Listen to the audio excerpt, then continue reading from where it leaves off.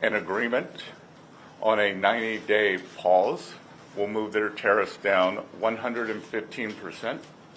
Neither side wants a decoupling. And you, here on Lake Geneva, added great equanimity to what was a very positive process. We have reached an agreement on a 90-day pause and substantially moved down the tariff levels. Both sides on the reciprocal tariffs will move their tariffs down 115%. We had very robust discussions. Both sides showed great respect. It was a chance for me to meet the Chinese delegation. The Vice Premier I had previously had only a video call with. Ambassador Jameson was familiar with two of the other leaders on the delegation from his previous time. So there was very good personal interaction. Both countries represented their national interests very well. We concluded that we have shared interest. We both have an interest in balanced trade. The U.S. will continue moving towards that. I will let Ambassador Jameson talk about the President's initiatives that began on a historic announcement, trade announcement on January 20th, which no other president has ever done, following to April 2nd, when we implemented the reciprocal tariffs. Thank you, Secretary, and I will echo your thanks to the Swiss government and Swiss officials for hosting us this weekend. The atmosphere was very conducive to discussions, and thanks to them we were able to have very constructive and positive conversations with our Chinese counterparts who clearly came to deal this week. The rapid nature that we were able to conduct and conclude these discussions is a testament to mutual understanding and mutual respect between the Chinese and U.S. sides. With respect to the U.S. Trade position, our interactions with China, and the agreement today, please keep in mind that the United States trade deficit has ballooned over the past several years, ending up at $1.2 trillion deficit in goods as of the end of last year. And the result has been offshoring of manufacturing and other negative impacts on the U.S. economy. In all of this, China was assigned a reciprocal tariff rate of 34%. China was the only country that chose to implement retaliation against the United States for this reciprocal tariff. All other countries withheld and decided that they wanted to negotiate with the United States or simply not retaliate. And so we've been in detailed discussions with other countries for several weeks at this point. China, as you know, retaliated not only with tariffs but with disproportionate and asymmetrical non-tariff measures in order to maintain the effectiveness of the reciprocal tariff measures. The President increased our tariff rates to offset Chinese retaliation. And as you know, this escalated to a point where both sides had added 125% tariffs, and with the Chinese side, additional non-tariff measures amounting to an embargo in some senses on trade, an effective embargo, which of course was not a sustainable practice for either side. And so today, with this agreement, we come to agreement that that our reciprocal tariff rate will go down to 10% on the United States side, so it goes down 115%. We enter into a 90-day pause period for negotiations, which both the Chinese and the United States are very committed to, and the Chinese on their side also go down 115% to 10%, and they remove the countermeasures that they have in place. To be very clear, other measures that the United States has put in place in the past, whether it's tariff measures from 2018 or since, tariffs under other statutory authorities, tariffs related to fentanyl, those remain unchanged for now to the side. I'll just make one point, is that both the Chinese and the United States agreed to work constructively together on fentanyl, and there's a positive path forward there as well. Well, just if I may make A few final remarks to give you framing and context. I think throughout the trade process, we have had a plan, we have a process in place, and now with the Chinese, after this weekend, we have a mechanism for continued talks. So, process, plan, and mechanism. I would say one of the big takeaways from this weekend, the United States will continue a strategic rebalancing in many areas that were exposed as supply chain weaknesses during COVID, whether it's medicines, whether it's semiconductors, steel, the other, we've identified 5 or 6 strategic industries and supply chain vulnerabilities, and we will continue moving toward U.S. independence or reliable supplies from allies on those. But that was put forward to us by the Chinese, in fact, and we can see it in what happened to the Phase 1 agreement. We are only looking forward, and we look forward to very good discussions now that we have the mechanism created in Geneva this weekend for talks. So the Chinese April 2nd number was 34, continues to be 34%. I'll let Ambassador Greer answer the first question. And just like with all our other trading partners, as long as there is good faith effort, engagement, and constructive dialogue, then we will keep moving forward. I would just say, Jenny, with respect to, the president's message and ultimate rates, I mean, everything is a negotiation, right? And the president, he gives the Secretary of the Treasury and I and other members of the cabinet direction and advice on how to proceed. And we ended up at a result that is very good for the United States, very good for China as well. We retain our 10% global baseline tariff, which we have on other countries. We have, in addition to that, previous measures that we've retained, which have been, frankly, effective in reducing the U.S. bilateral trade deficit with China over the past few years. So that leaves us in a very good position, all in, with respect to measures on Chinese imports, but more importantly, leaves us in a constructive path forward to have a positive conversation with the Chinese on how to rebalance and have more constructive trade. I would add a couple of things. This does not include any sector-specific tariffs that have been put across all of our trading partners. And as the ambassador said, I think he would agree with me that the upside surprise for me from this weekend was the level of Chinese engagement on the fentanyl crisis in the United States. They brought the Deputy Minister for Public Safety, who is not traditionally part of the trade team or the negotiating team, and he had a very robust and highly detailed discussion with someone from the U.S. National Security Team. Well, there's a lot to unpack there, so let me recap that. So you're asking U.S. consumers, the last one was fentanyl, and what was the second question?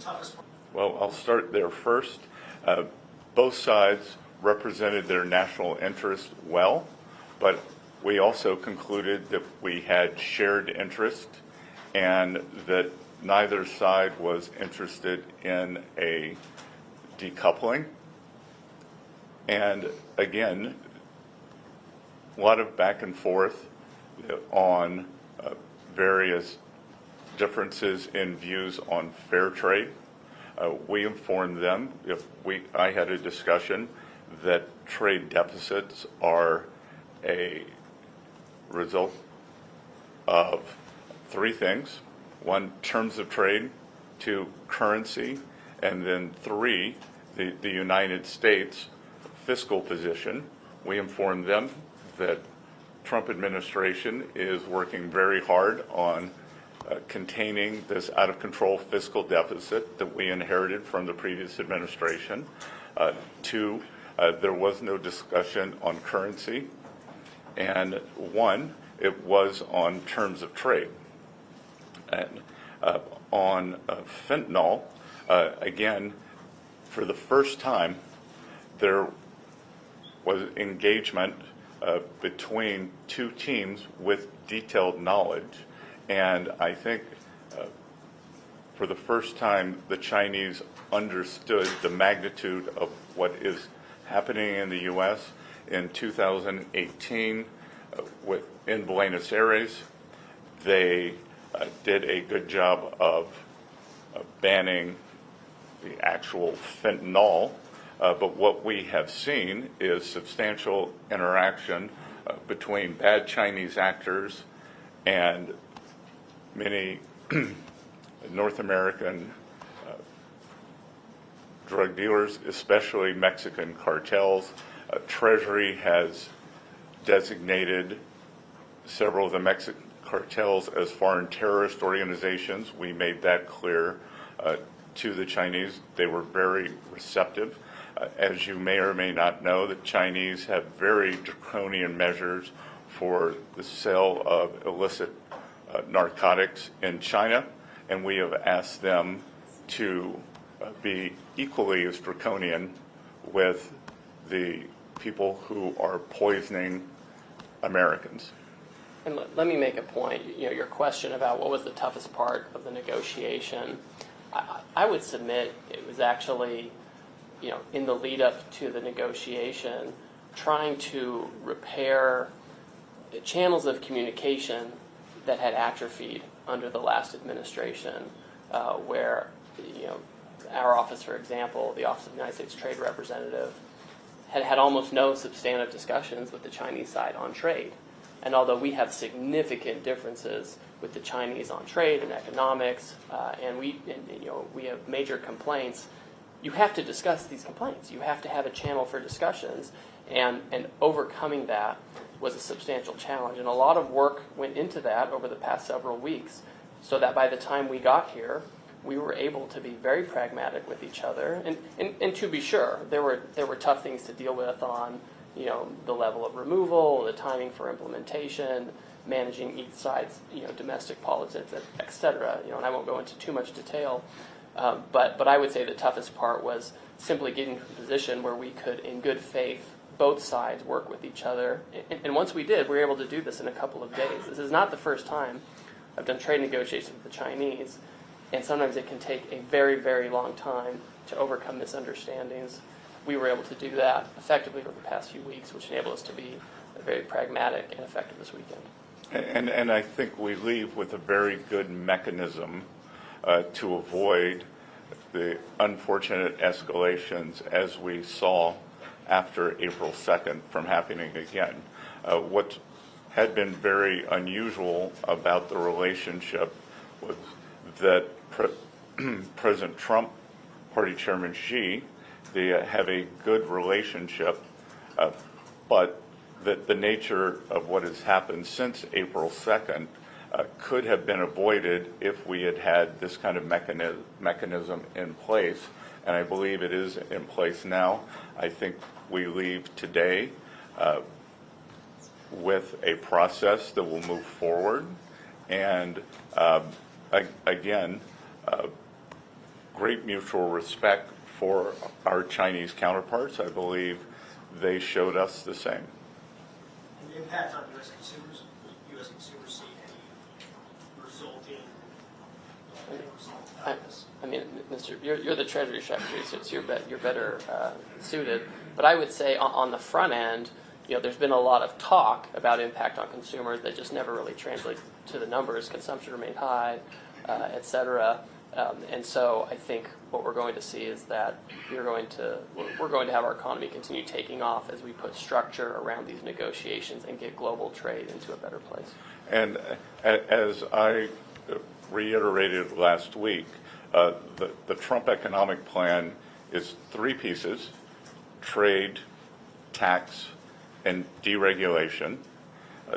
Trade has been implemented first, and that process is occurring. We believe that the tax portion is going very well. Speaker Johnson, Leader Thune, who I am in constant contact with, believe that midsummer that we will pass, as the president likes to call it, his one big beautiful bill, and we believe that that will provide substantial relief for American households. And then deregulation, a hidden and pernicious tax on American households, is regulation. We believe that the last administration added several $1,000s a year to American families' cost, and that we will be not only cutting those substantially, rolling that back, but cutting those substantially. No, I disagree entirely. We have spent decades at the World Trade Organization in multilateral and bilateral negotiations trying to get other countries to reduce their tariffs and non-tariff barriers to be more reciprocal with the U.S. We've had one of the most open economies for decades. The promise of the WTO and the multilateral system is that everyone was going to come down. It turns out the U.S. went down significantly. There were other economies that had low tariffs as well, but retained very high non-tariff barriers. We have tried really hard to work within the system, and the net result is a $1.2 trillion deficit in goods. The net result is manufacturing went to China, East Asia, Mexico, etc. So we tried all of that. So the idea that we can just keep saying, well, why don't we just talk a little bit more and we'll have a different outcome, I think just is totally detached from reality. And I would add a couple of things, that as our 18 important trading partners come to us, many with very good deals, as the UK, who skipped to the front of the line as our oldest ally, as Ambassador Greer and I look at their proposals, again, to lower tariffs, to lower the non-tariff trade barriers. Obviously, UK does not have a currency manipulation problem. And the subsidies for labor and industry, we look at these, and I think, how did we get here? How did we get here? And I echo part of what President Trump said, that he doesn't blame the other economies for taking advantage of a fluid, taking advantage of the situation when they were allowed to do it. He blames previous U.S. leaders. So we are just trying to restore a healthy equilibrium. That the U.S. economy has become very unbalanced. On one side, we have a forward-leaning, the deepest and widest financial markets in the world. We have financial innovation. We have the tech sector that is the envy in the world. On the other side, we are a natural resources economy led by energy.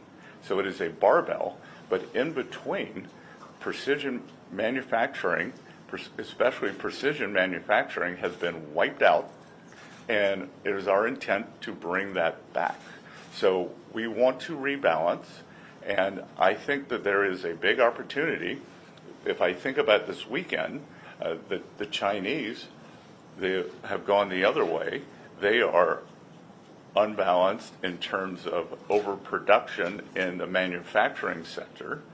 They have stated, but have not yet rebalanced toward a more consumption-oriented economy.